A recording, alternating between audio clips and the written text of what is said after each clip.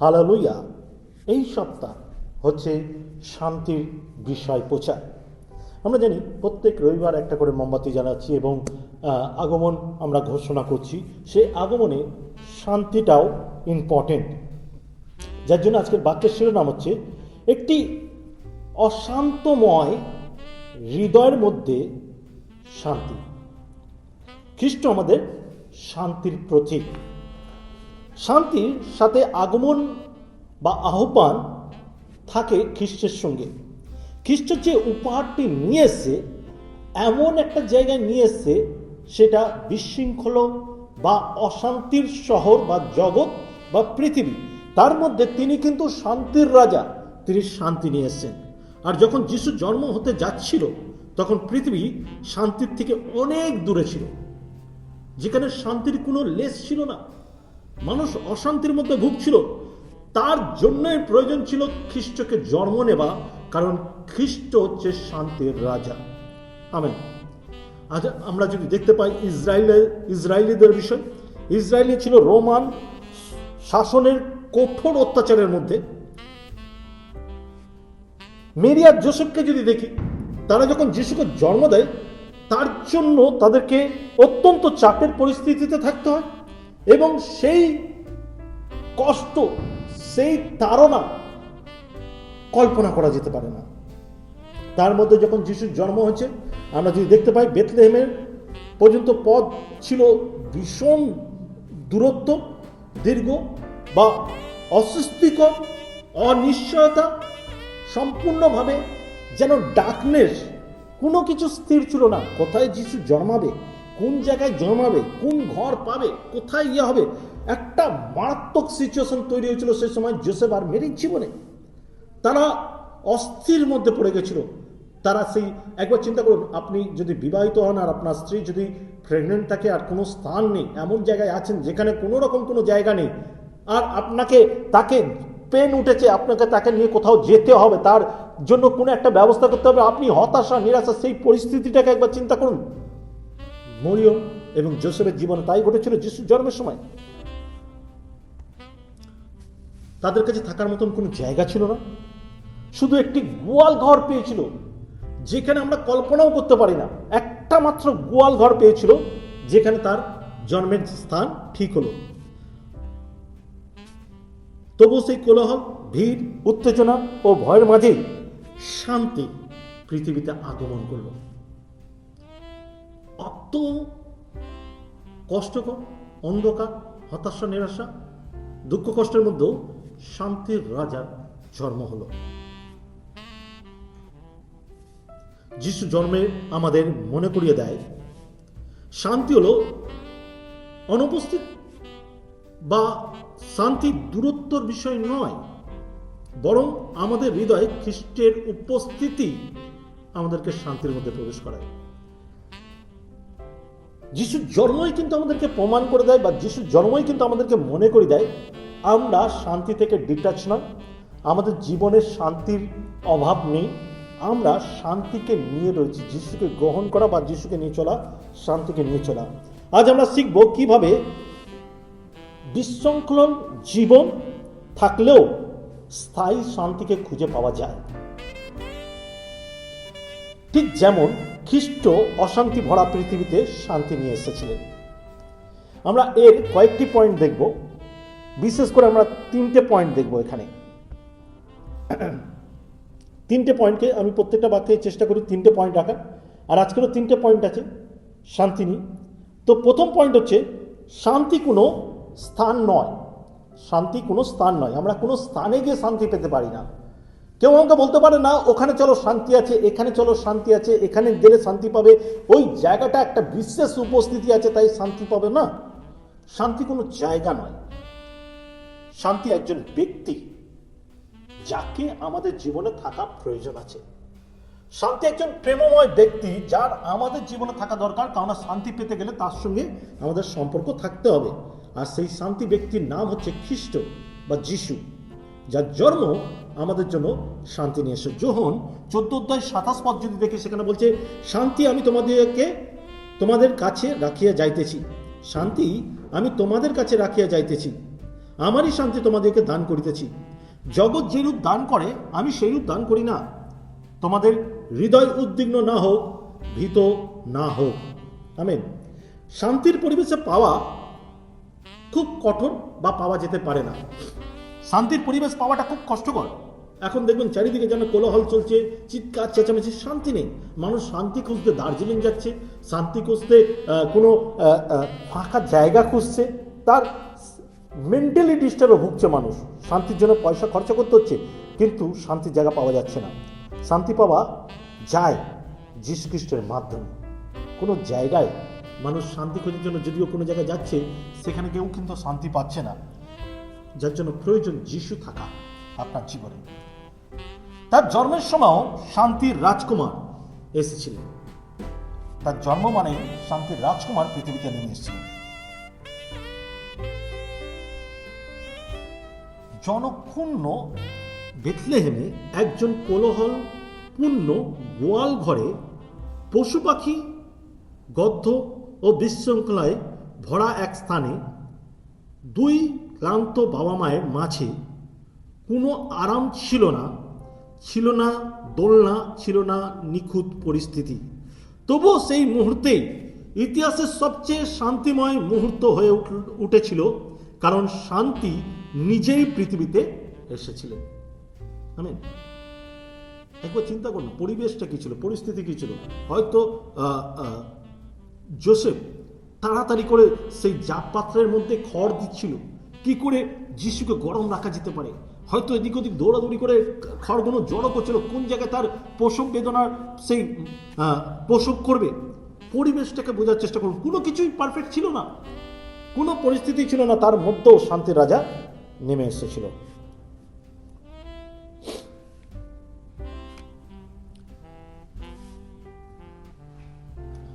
আপনার জীবনে বাইরের পরিবেশ, আপনার জীবনে পাড়া প্রতিবেশীর পরিবেশ, আপনার জীবনে আত্মীয় স্বজনের পরিবেশ অস্থির হতে পারে।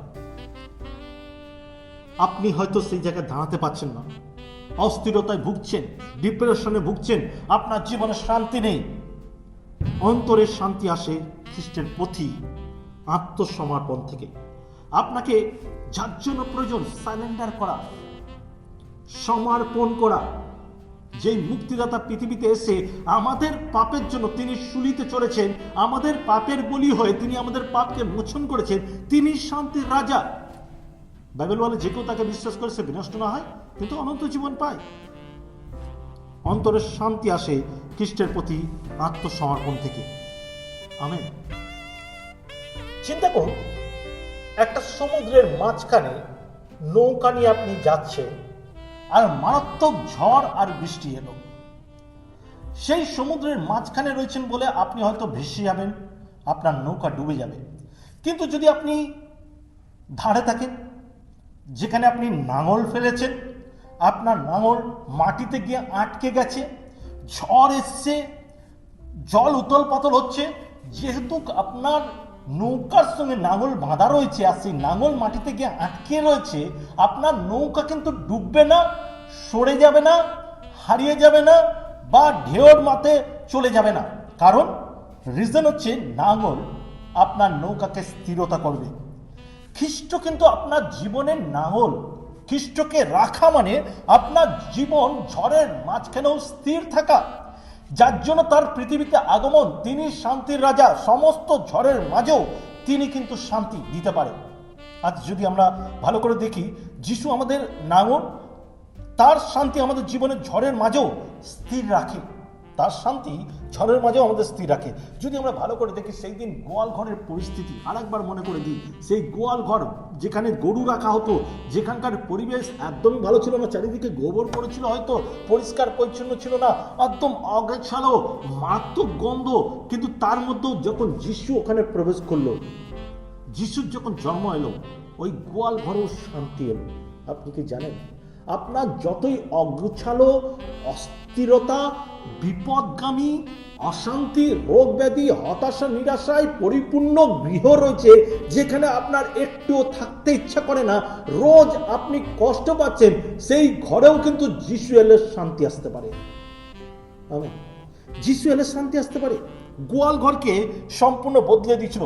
আপনার মন, আপনার হৃদয়কে পূর্ণ করতে হবে যিশুর মাধ্যমে। যদি সত্যি আপনি চাইছেন আপনার সত্যিকারের আপনার হৃদয় যিশু আসুক আর বদলে দিক আপনার জীবন, তাহলে আমার সঙ্গে বলুন। আমি চাইছি যারা শুনছেন, প্লিজ যতজন শুনছেন আমি আপনাদেরকে বলছি, আপনারা আমার সঙ্গে বলুন, প্রভু আমি আমার ভয়গুলো আপনাকে সমর্পণ করছি।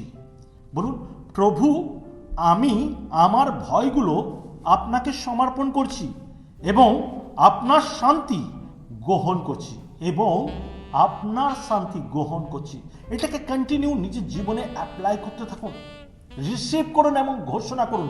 আপনি জানেন না আপনার মুখের ঘোষণা কত কিছু বদলে দিতে পারে। আপনার মুখের ঘোষণা ঈশ্বরের বাক্য দ্বারা যখন পরিচালিত হয় তখন সেটা সিলমোহর হয়ে যায়। আমেন। আসি আমরা 2 নম্বর পয়েন্টে যাব। শান্তি আমাদের হৃদয় ও মনকে রক্ষা করে। শান্তি আমাদের হৃদয় ও মনকে দুটোকেই রক্ষা করে। যদি ফিলিপিয়র পত্র দেখি, সেখানে 4 অধ্যায় 7 পদে বলছে, তাহাতে সমস্ত চিন্তার অতীত যে ঈশ্বরের শান্তি, তাহা তোমাদের হৃদয় ও মন খ্রিস্ট যিশুতে রক্ষা করবেন। আবার বলছি, তাহাতে সমস্ত চিন্তার অতীত যে ঈশ্বরের শান্তি, তা তোমাদের হৃদয় ও মন খ্রিস্ট যিশুতে রক্ষা করবেন। ঈশ্বরের শান্তি অনিশ্চয়তা নয়। ঈশ্বরের শান্তি অনিশ্চয়তা নয়, মানে কিঞ্চিৎকালের জন্য নয়।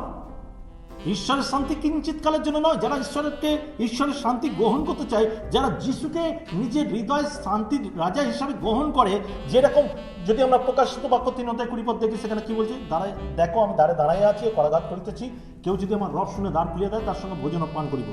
এই যে প্রবেশ করা, আমি বহুবার এই প্রচারটা করেছি, সেখানে কিন্তু একবারও বলেনি আমি তোমার হৃদয় প্রবেশ করে সিংহাসনে বসবো, এই কথা উল্লেখ করেনি। যিশু বলছে যদি দ্বার খুলে দাও, আমি তোমার হৃদয় প্রবেশ করব এবং আমরা একসঙ্গে ভোজন পান করব। ভোজন আর পান কোথায় হয়? সেলিব্রেশন কোথায় হয়?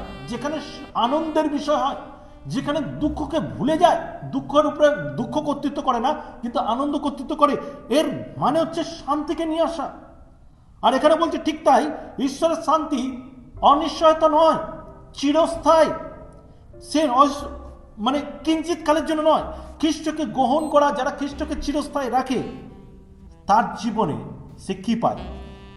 এই যে শান্তি, এটি হচ্ছে রক্ষক, একটি হচ্ছে পাহারাদার, একটি হচ্ছে ঢাল, একজন প্রহরীর মতন এটি পাহারা দেয়। কন্টিনিউ আপনার হৃদয়কে, আপনার জীবনকে, আপনার স্পিরিচুয়াল লাইফকে এই শান্তি পাহারা দিতে শুরু করে। আপনার অনুভূতিগুলো, আপনার চিন্তাগুলো, আপনার ভয়গুলো, আপনার দুশ্চিন্তাগুলো, যেখানে ঈশ্বরের শান্তি দাঁড়িয়ে আছে, সেখানে দুশ্চিন্তা শেকড় গাড়তে পারে না, শেকড় ছড়াতে পারে না। এই সমস্ত আমি যেই পয়েন্টগুলো বললাম, আবার বলছি, অনুভূতিগুলো, আপনার অনুভূতিগুলো, আপনার চিন্তাগুলো, আপনার ভয়গুলো, আপনার দুশ্চিন্তাগুলো, এইগুলোকে সম্পূর্ণরূপে বাসা বাঁধতে দেয় না, সেগুলোকে সরিয়ে দেয়। আজ আমি আপনাকে কিছু কথা জিজ্ঞাসা করতে চাই। যারা শুনছেন আমি তাদের সঙ্গে কথা বলছি। আজ আপনাদেরকে আমি কিছু কথা জিজ্ঞাসা করতে চাই। আজ আপনি কোনো দৃষ্টান্ত বহন করে এসেছেন, একবার চিন্তা করুন তো, কোন কোন কষ্ট, চিন্তা, দুঃখ, ভোগ এইগুলোকে নিয়ে এসেছেন। আপনি কি নিয়ে এসেছেন আজকে? আপনার জীবনে কোন কোন অশান্তির গুণ রয়েছে একবার চিন্তা করুন। চিন্তা করুন, মন দিয়ে চিন্তা করুন। আপনার জীবনে আজকের আপনি চার্চে বা আপনি যখন বাক্য শুনছেন বা আপনি যেখানে রয়েছেন সেখানে দাঁড়িয়ে যখন এই প্রচার শুনছেন, আপনি কি হৃদয় নিয়ে সেখানে উপস্থিত হয়েছেন? আপনার মনে কি কি চলছে? কোন কোন অশান্তি রয়েছে আপনার মনে? কি রয়েছে এটা? আপনার বাহ্যিক অনুভূতিগুলো, দুশ্চিন্তাগুলো, ভয়গ্রস্ত কোনো ভয়, নানা কোন কষ্টের চিন্তা, এইগুলো কি আপনি নিয়ে এসছেন? যদি নিয়ে এসছেন তাহলে আমার সঙ্গে বলুন, এগুলো আজ এই মুহূর্তে আমি প্রভু যীশু খ্রিস্টের নামে ছাড়তে চাই। আমি এইগুলোকে ত্যাগ করতে চাই। আমি এইগুলোকে ধমক দিই যিশু নামে, যেই রকম আমাদের শস্য দানার তুলো বিশ্বাস বড় বড় পাহাড়কে ওখড়ে সমুদ্রে ফেলে, ঠিক সেই বিশ্বাসে আমি আমার জীবনের সমস্ত দুশ্চিন্তা, সমস্ত ভয়, সমস্ত রোগ ব্যাধি, সমস্ত হতাশা নিরাশা, সমস্ত কষ্টকে আমি ধমক দিই, যিশু নামে ওখড়ে সমুদ্রে পড়ো। আমেন বলেছেন, কারণ এটা বলা প্রয়োজন আছে। তাই আজ যখন আমরা এটাকে উখড়ে ফেলেছি, আপনার পরিবার, আপনার আর্থিক বিষয়, আপনার স্বাস্থ্য, আপনার ভবিষ্যৎ, ঈশ্বর সুরক্ষার বিশ্বাস আপনাকে রাখতে হবে। ঈশ্বরের সুরক্ষার বিশ্বাস আপনাকে রাখতে হবে, কারণ ঈশ্বর অলরেডি সেই পাহাড়কে সরিয়ে দিয়েছে। আমেন।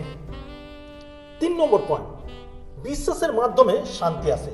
আপনার জীবনের শান্তি কিন্তু আনতে হবে, আর আনতে গেলে আপনাকে বিশ্বাস করতে পারে। বাইবেল বলে শ্রবণে বিশ্বাস। আপনাকে ঈশ্বরের বাক্যের প্রতিজ্ঞাগুলো শুনতে হবে, বিশ্বাসকে প্রতিষ্ঠা করতে হবে, বিশ্বাসকে বৃদ্ধি করতে হবে। যদি মালাকি ভাববাদীর পুস্তক 5:2 দেখি, সেখানে বলছে, আর তুমি হে বেথলেহেম এফরাথা, আর তুমি হে বেথলেহেম এফরাথা, তুমি জিহুদা সমগ্রহের মধ্যে ক্ষুদ্র বলিয়া গণিত, তোমা হইতে ইসরায়েলের মধ্যে কর্তা হইবার জন্য আমার উদ্দেশ্যে এক ব্যক্তি উৎপন্ন হইবে, অকাল হইতে অনাদিকাল হইতে তার উৎপত্তি। আমেন। মিকা ভাববাদী ভবিষ্যবাণী যেটা করেছিল, যে বেথলেহেমের কথাটা বলছে, সেই বেথলেহেম একটি ছোট্ট শহর ছিল, যেটা তুচ্ছময় শহর, যেটা ঘৃণা করত লোক, যেখানে লোক যেতে ভালোবাসত না। সেই জায়গা, যেটা সব থেকে বাজে জায়গা বলে পরিচিত ছিল সেই সময়, ত্রাণকর্তা কিন্তু সেই শহরে, সেই বেথলেহেমে তিনি জন্মেছিলেন। কেন এই কথা বলছি? আপনি যখন ঈশ্বরের কাছে আসেন, আগে আপনি নিজের বিবেচনা করেন, আমি ভালো নয়, আমি ঈশ্বরের যোগ্য নয়, আমি ঈশ্বরের মতো নয়, আমার জীবন নগণ্য, আমার জীবন জঘন্য, আমি সেই লোক নয়, আমি নেশারি, আমি মাতাল, আমি চোর, আমি বাজে কথা বলি, আমি ঘৃণাজনক, আমি ব্যভিচারী। কে পাপ করেন? বাইবেল বলছে সৎ কেউ নেই, একজনও নেই। তো আজ যদি বাইবেলকে অনুসরণ করি, সেখানে বলছে যিশু পাপকে ঘৃণা করে, পাপীদের ভালোবাসে। তাহলে আপনার জন্য এটা জানা দরকার, তুচ্ছময় সেই জেরুজালেম বা বেথলেহেমে যেটা লোক ঘৃণা করতো, সেই জায়গাকে ঈশ্বর বাছাই করে তার ত্রাণকর্তা মুক্তিদাতাকে তিনি পাঠিয়েছিলেন, শান্তির রাজাকে পাঠিয়েছিলেন। তাহলে আমাদের হৃদয় যতই কুৎসিত হোক, যতই মন্দ হোক, ঈশ্বরের পরিকল্পনা আমার জীবনে কি? ঈশ্বর অপ্রত্যাশিত স্থানে কাজ করেন। অপ্রত্যাশিত স্থানে ঈশ্বর কাজ করেন, যেখানে লোক প্রত্যাশা করে না। যেমনি বেথলেহেমে লোক আশাই করেনি একজন ধার্মিক ব্যক্তি জন্মাতে পারে, ঈশ্বর পুত্র জন্মাতে পারে। সেই বেথলেহেম পাপের শহরের মতন ছিল, নগণ্য ছিল। সেই জায়গাকে ঈশ্বর ইউজ করেছে অপ্রত্যাশিত বিষয় বা অপ্রত্যাশিত স্থানে কাজ করেছে। ঈশ্বর তার প্রতিশ্রুতি রক্ষা করেন, তিনি যা বলেন তাই তিনি করেন। তিনি যদি বলেছেন পাপকে ঘৃণা করি, পাপীদের ভালোবাসি, তো জেনে রাখুন আপনার জন্য ভালোবাসা, শান্তি রয়েছে।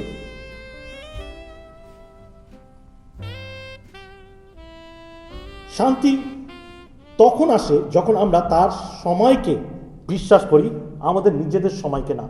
আমাদের ট্রাস্ট করতে হবে ঈশ্বর আমার জন্য ভালো পরিকল্পনা রেখেছে, আমার ফিউচার বেটার রেখেছে, আমার জীবনের প্রত্যেকটা প্রয়োজনীয় বিষয় ঈশ্বর যোগাবে। একবার চিন্তা করুন তো, রাস্তাঘাটের জীবজন্তুরা যারা রয়েছে, কুকুর, বিড়াল, যা কিছু রয়েছে, কাক, পশু পাখি, যা কিছু রয়েছে, তারা বনে না, কাটে না, গোলাঘাট সঞ্চয় করে না।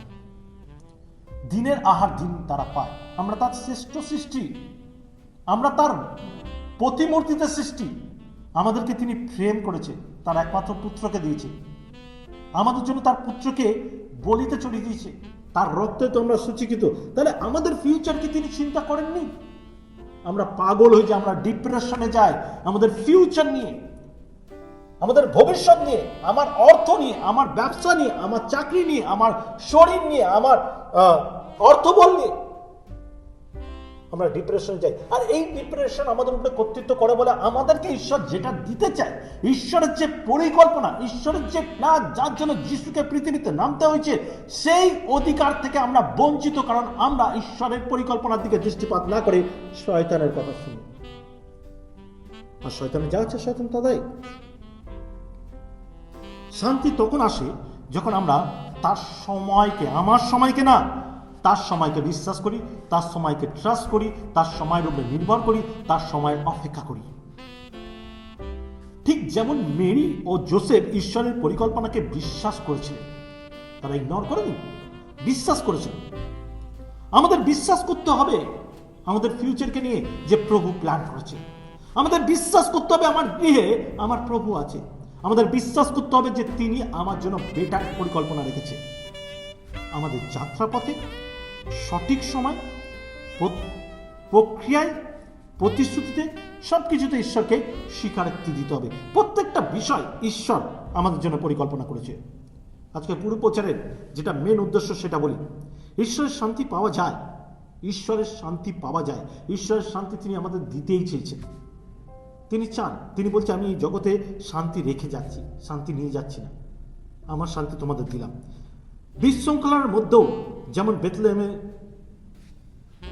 পরিস্থিতি ছিল, ওই বিশৃঙ্খলার পরিস্থিতির মধ্যেও ঈশ্বর শান্তি দিয়েছে তার পুত্রের মাধ্যমে।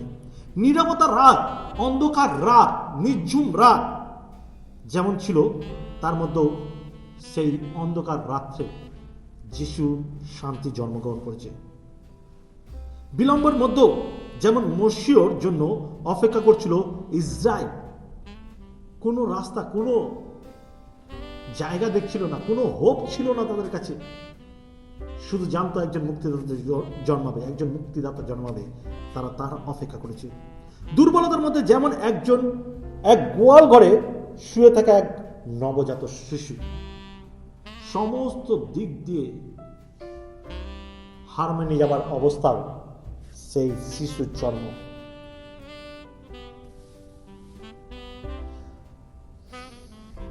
অন্তরের শান্তি মানে ঝড় থেমে যাওয়া নয়। ভালো করে বুঝি, আমরা যখন উল্টো বুঝি তখন কিন্তু আমাদের প্রবলেম বাড়ে। তো ভালো করে বুঝি, অন্তরের শান্তি মানেই যে ঝড় থেমে যাওয়া তা কিন্তু নয়। আমরা মনে করি অন্তরের শান্তি মানে ঝড় থেমে যাবে, কোনো প্রবলেম হবে না, কোনো সমস্যা হবে না, কোনো কষ্ট আসবে না, এটা ভুল। অন্তরের শান্তি মানে আমাকে বুঝতে হবে, অন্তরের শান্তি হলো খ্রিস্টের উপস্থিতি, যে নিঃশব্দ মহিষক হবে না, আগুনের মধ্যে ফেলে দেওয়া হয়েছে, সেখানে লেখা রয়েছে ঈশ্বর পুত্রের মতো এক ব্যক্তি তাদের সঙ্গে রয়েছে। যিশু সেই রকম আমাদের মধ্যে, আমাদের ঝড় বৃষ্টি, হতাশা, নিরাশা, কষ্টের মধ্যেও ঈশ্বরের উপস্থিতি, খ্রিস্টের উপস্থিতি খুব প্রয়োজন, যেখানে শান্তি আছে। একসাথে আমরা কি ঘোষণা করতে পারি আজকের এই সময় আমাদের জীবনে, খ্রিস্টের শান্তি আজ সর্বদা আমার হৃদয় রাজত্ব করুক। আরেকবার বলি, খ্রিস্টের শান্তি আজ আমাদের হৃদয় সর্বদা রাজত্ব করুক। আরেকবার বলি, খ্রিস্টের শান্তি আজ সর্বদা আমাদের জীবনে রাজত্ব করুক। এটাকে ঘোষণা করি এবং প্রার্থনা করি। আমি আপনাদের জন্য প্রার্থনা করতে চাই। আচ্ছা, আমরা প্রার্থনা করি, প্রভু আপনার পরিপূর্ণ শান্তিতে আমাদের হৃদয় পূর্ণ করো, আমাদের মনকে রক্ষা করো, কারণ আমাদের ভয়কে শান্ত করুন। আপনার উপস্থিতি আমাদের ঘর, হৃদয় এবং প্রত্যেকটি পরিস্থিতিতে রাজত্ব করুন। জীবন অনিশ্চয়তা মনে হলেও, জীবনের অনিশ্চয়তা মনে হলেও আমাদের আপনাতে সম্পূর্ণভাবে বিশ্বাস করতে শেখান। আপনার জন্মের আগমনের মনে রেখে আপনার শান্তি আমাদের হৃদয় নতুন করে জন্ম নিক, যিশু নামে চাই, আমেন। যদি সত্যি এই বাক্য ভালো লেগে থাকে, আজকের এই সময় আমি আপনাকে উৎসাহিত করতে চাই, এই বাক্যকে হৃদয় রেখে আপনার শান্তিকে এগিয়ে নিয়ে যেতে পারেন। আর এই বাক্য ভালো লাগলে অবশ্যই লাইক করবেন, শেয়ার করবেন এবং কমেন্ট করতে ভুলবেন না। আপনারা যেখানে থাকেন আপনারা কমেন্ট করবেন। আপনাদের প্রেয়ার রিকোয়েস্ট থাকলে অবশ্যই দেখুন আমাদের নিচে কন্টিনিউ, প্রথম থেকে দেখবেন শেষ পর্যন্ত একটা নাম্বার যাচ্ছে। এটা হোয়াটসঅ্যাপ নাম্বার, এটাই টেলিগ্রাম নাম্বার, এটাই আমাদের কলিং নাম্বার। আপনি চাইলে ফোন করতে পারেন, কল করতে পারেন বা হোয়াটসঅ্যাপ করতে পারেন, আমরা আপনার সঙ্গে যোগাযোগ করব। ভালো থাকবেন, সুস্থ থাকবেন, সবাইকে জয় শ্রী।